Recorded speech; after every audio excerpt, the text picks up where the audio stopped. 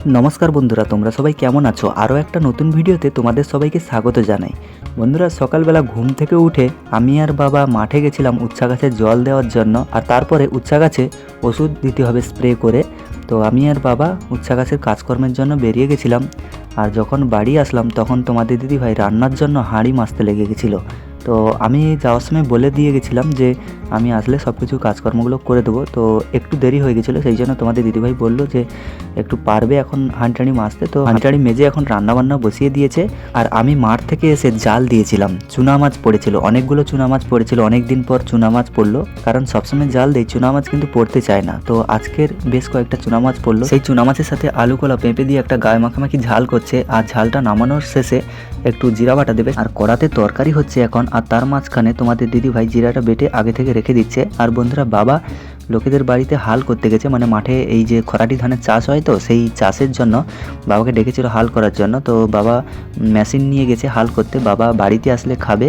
আর বাবা যাওয়ার সময় ওষুধটা দিয়ে গেছে উচ্ছা গাছে, দুজন মিলে দিয়ে দিয়েছি, তার ফলে তাড়াতাড়ি হয়ে গেছে। আর বন্ধুরা, অনু এখন বিছানায় একা একা খেলা করছে। আর সেই সময় তোমাদের দিদিভাই রান্নাবান্নাটা সেরে নিচ্ছে, কারণ দুপুরে খাওয়া দাওয়া করে নিতে হবে তাড়াতাড়ি।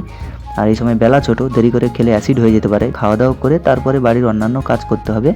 তো আজকের এক তরকারি ভাত হচ্ছে, কারণ এখন সবজি মার্কেট থেকে নিয়ে আসা হয়নি, সেই জন্য একটু সবজি শর্ট আছে, তো সেই জন্য মাছে মাছে তরকারি হয়েছে। আর বন্ধুরা, বিকেলবেলা খাওয়া দাওয়া করে তোমাদের দিদিভাই অনুকে একটু মাঠের দিকে নিয়ে গেছে, কারণ রোদটা ওখানে আছে, বসে একটু রেস্ট নেবে। তোমাদের দিদিভাইও রেস্ট নেবে আর অনু একটু ঘুমাবে বিন্দাস।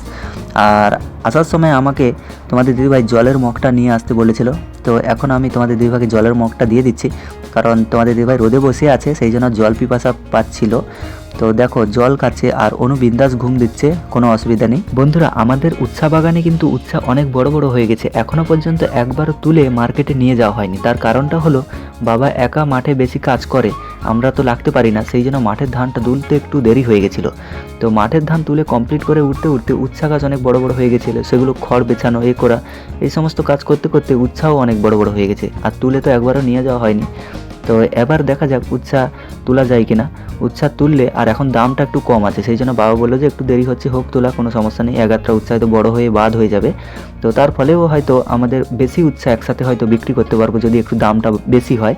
আর এই সময় সাগর মেলা, তো সাগর মেলার সময় উচ্ছার দামটা প্রত্যেক বছরই কমে যায়, তো সেই জন্য অনেকে তুলে দিয়ে দেয়। আর আমাদের বাড়িতে এবছর তুলে মানে লেট হলো তোলা, আর যদি বাড়িতে এত কাজ না থাকতো তাহলে উচ্ছা এখন 2-3 বার তোলা হয়ে যেত। তো বন্ধুরা, এখন কাজের জন্য একটু ভিডিওটা ছোট ছোট আসছে, তো যদি ভালো লাগে লাইক সাবস্ক্রাইব করে আমাদের পাশে থাকো। দেখা হচ্ছে পরের ভিডিওতে।